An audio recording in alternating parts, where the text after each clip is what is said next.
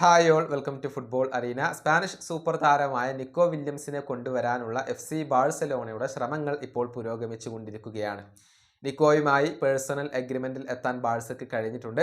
പക്ഷേ അദ്ദേഹത്തിന്റെ ക്ലബ്ബായ അത്ലറ്റിക് ക്ലബ്ബുമായി ഒരു എഗ്രിമെന്റിൽ എത്താൻ ഇതുവരെ ബാഴ്സയ്ക്ക് കഴിഞ്ഞിട്ടില്ല. അത്ലറ്റിക് ബിൽബാവോക്ക് ഇദ്ദേഹത്തെ കൈവിടാൻ താല്പര്യമില്ല എന്നുള്ളത് പരസ്യമായ ഒരു കാര്യമാണ്. അദ്ദേഹത്തെ നിലനിർത്താൻ തന്നെയാണ് അവർ ശ്രമിക്കുന്നത്.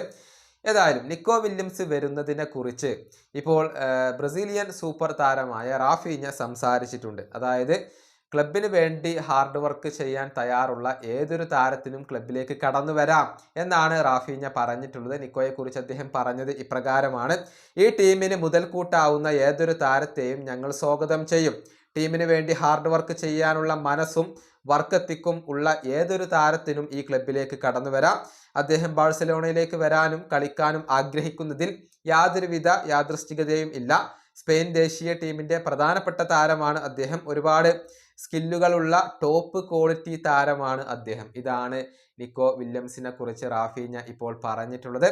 ഏതായാലും നിക്കോ വില്യംസ് വരുമ്പോൾ പൊസിഷനുകളിൽ കാര്യമായ മാറ്റങ്ങൾ ഹാൻസി ഫ്ലിക്ക് നടത്തേണ്ടി വരും എന്നുള്ളതാണ്. ഇടത് വിങ്ങിലായിരിക്കും നിക്കോ വില്യംസ് കളിക്കുക. അപ്പോൾ റാഫീഞ്ഞ കൂടുതൽ സെന്ററിലേക്ക് ഇറങ്ങി കളിക്കേണ്ടി വരും. ഏതായാലും ഈ താരങ്ങളെയെല്ലാം മികച്ച രൂപത്തിൽ തന്നെ ഹാൻസി ഫ്ലിക്ക് ഉപയോഗപ്പെടുത്തും എന്നാണ് ആരാധകർ പ്രതീക്ഷിക്കുന്നത്. ഈ വീഡിയോ അവസാനിപ്പിക്കുന്നു. അടുത്തൊരു വീണ്ടും കാണാം.